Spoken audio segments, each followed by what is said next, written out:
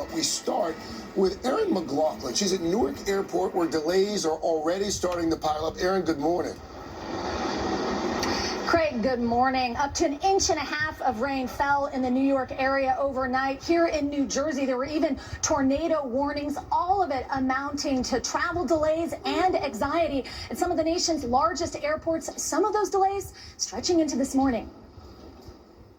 Overnight, torrential rain drenching the Northeast as lightning lit up the night sky across Pennsylvania and New York, causing chaos on the ground and in the air, with multiple ground stops and hundreds of flight delays. Down south, a suspected tornado hit a school in Dothan, Alabama, sending students rushing out of classrooms when a roof collapsed, injuring 5. This morning, we're getting confirmation that tornadoes also touched down in Louisiana, Kentucky, Tennessee, and Mississippi.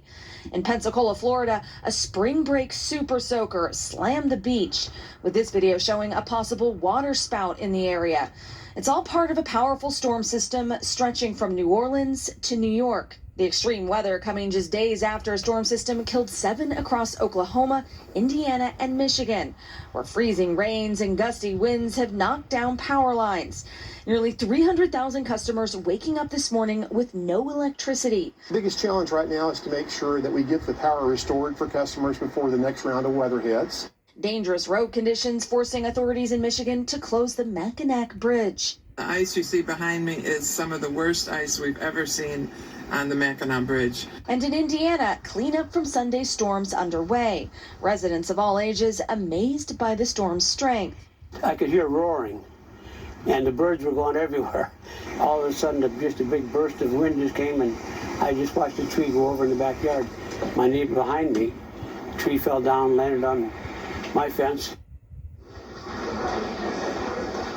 The severe weather isn't letting up. Another storm system is expected to hit several states tonight, impacting 70 million people.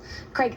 All right, Erin McLaughlin starting us off there at Newark. Erin, thank you. Let's bring in Mr. Roker, who's tracking this weather for us. Yeah, guys, this is going to be at least 72 hours of severe weather and winter weather as well. Late day storms tonight targeting the plains, a wintry blast from Wisconsin all the way to the Dakotas. Now, here's what we're looking at. An enhanced risk of severe storms, tornadoes likely, mostly strong, damaging winds of 60 miles per hour or more.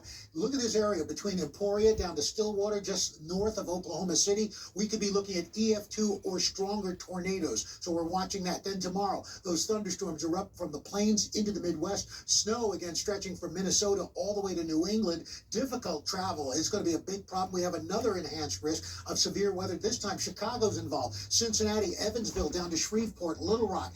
And again, this area, Cincinnati, Indianapolis, Little Rock, could be looking at EF2 tornadoes or stronger with damaging hail up to 2 inches. Thursday, the severe risk lingering from Pennsylvania all the way down to Texas, and we're talking about the possibility of flooding, large hail, damaging winds. Still can't rule out tornadoes. And the flood risk, a big problem from southern Ohio all the way into central Arkansas. This is life-threatening flash flooding. We could be looking at upwards of 15 inches of rain. This could cause flooding that comes up to first-floor ceilings. And to the north, we're talking snow. Some places picking up in northern Minnesota, 16 inches of snow, guys. So this is going to be a long, strong effect that lasts for at least 72 hours. Okay.